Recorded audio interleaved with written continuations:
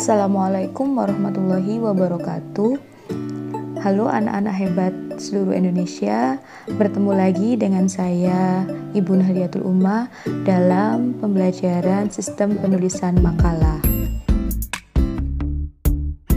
Sebelum kita belajar hari ini, mari kita berdoa terlebih dahulu ya, agar ilmu kita nanti bermanfaat.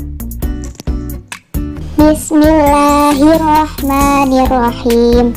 Raditu billahi rabba wa bil islami dina wa bi Muhammadin nabiyya wa rasula.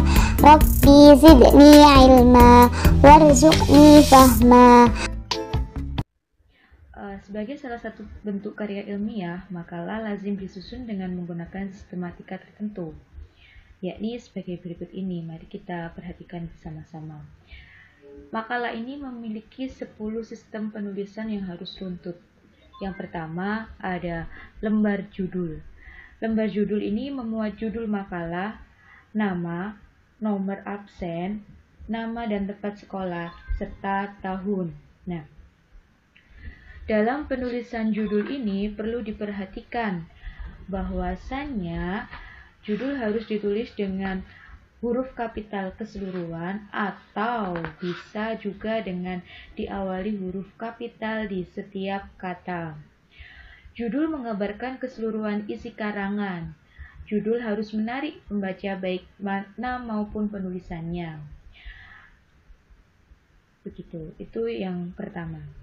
Yang kedua ada lembar pengesahan. Lembar pengesahan ini bisa ada bisa tidak, jadi sifatnya sunnah ya. Yang ketiga ada kata pengantar.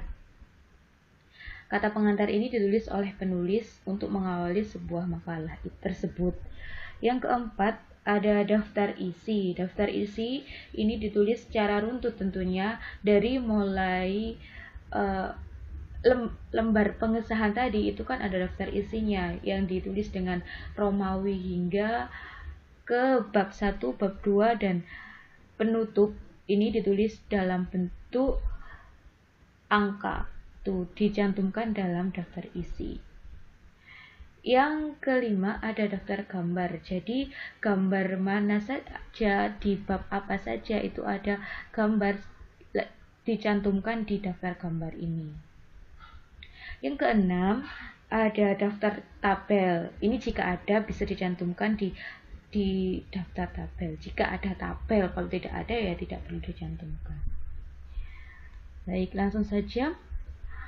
Bab 1, yang ketujuh ini ada bab 1 pendahuluan. Nah, pendahuluan ini berisi pengantar ke permasalahan pokok yang memberikan gambaran tentang batasan dan tujuan penulisan. Isi pendahuluan ini kurang lebih 15% dan dibagi dalam 4 subbab. Yang pertama latar belakang masalah. Latar belakang masalah ini menjelaskan tentang manfaat atau pentingnya topik untuk dibahas. Jadi mengapa topik itu diangkat menjadi sebuah makalah itu dibahas di latar belakang masalah. Yang kedua ada rumusan masalah. Rumusan masalah ini adalah lingkup permasalahan yang menjadi batasan pembahasan. Yang ketiga, tujuan penulisan. Tujuan penulisan ini menjawab dari rumusan masalah. Jadi, jika rumusan masalah berbentuk tanda tanya atau kalimat tanya, kalau tujuan penulisan itu adalah jawaban dari rumusan masalah. Yang keempat ada landasan teori. Landasan teori ini adalah materi penting atau landasan kalian menulis makalah itu apa, pastinya kan ada materinya, ada bahan dasarnya, atau ada buku induknya. Nah, itu ditulis dalam landasan teori. Yang ke-8 ada bab 2 atau pembahasan. Nah, penulisan bab ini dituliskan dengan menggunakan angka Romawi. Jadi tidak ditulis dalam bab 2 angka, tapi dituliskan dalam Romawi. Bab 2 yaitu pembahasan. Nah, pembahasan ini isinya itu mengkerucut dari hal umum ke hal khusus dengan subtopik sesuai dengan judul yang sudah dituliskan. Ada syaratnya penulisan pembahasan itu, ada 3 syaratnya. Yang pertama, uraian yang membahas pemecahan masalah sesuai dengan topik. Jadi harus sesuai dengan topik atau sesuai dengan judul. Yang kedua, bila mungkin memuat faktor penentu, boleh faktor pendorong atau faktor penghambat. Yang ketiga, uraian tidak menjawab permasalahan dengan alternatif pemecahan masalah. Uraian untuk menjawab permasalahan dengan alternatif pemecahan masalah ini yang ketiga. Jadi di pembahasan ini kalian kan sudah melakukan penelitian, nah itu dibahas juga dalam pembahasan. Dan harus ada, kalau seumpama makalah itu berdasarkan masalah, berarti di bab 2 ini sudah ada pemecahan masalah untuk topik tersebut, begitu. Yang ke-9 ada penutup. Penutup ini ada 2, ada kesimpulan dan saran. Kalau kesimpulan berisi tentang seluruhan tapi secara garis besarnya saja, dan kesimpulan ini harus sudah bisa menjawab dari rumusan masalah ini. Jadi rumusan masalah ini harus sesuai dengan kesimpulan. Maksudnya kesimpulan harus sesuai dengan rumusan masalah. Jadi ini ada sambungan dari rumusan masalah.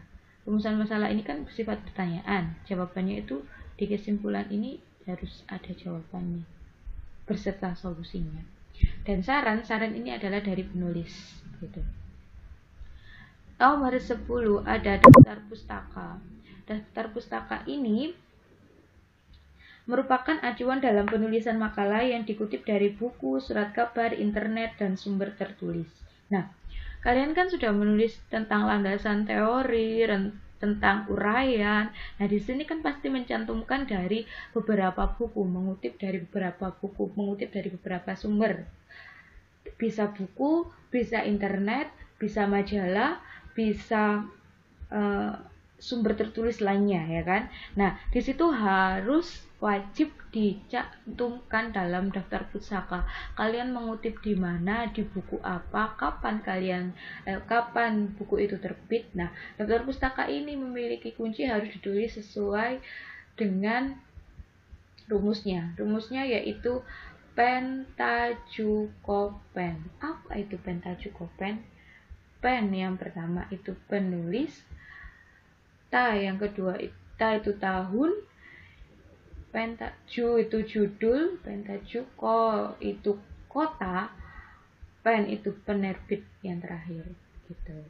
Itu ditulis secara runtut dan disambungkan dengan koma, kecuali pada kota dan penerbit itu disambungkan dengan titik 2. Itu adalah cara penulisan daftar pustaka. Itu adalah 10 dari sistematika penulisan makalah, gitu. Baik, untuk selanjutnya buatlah peta konsep atau mind mapping seperti penjelasan materi yang tadi.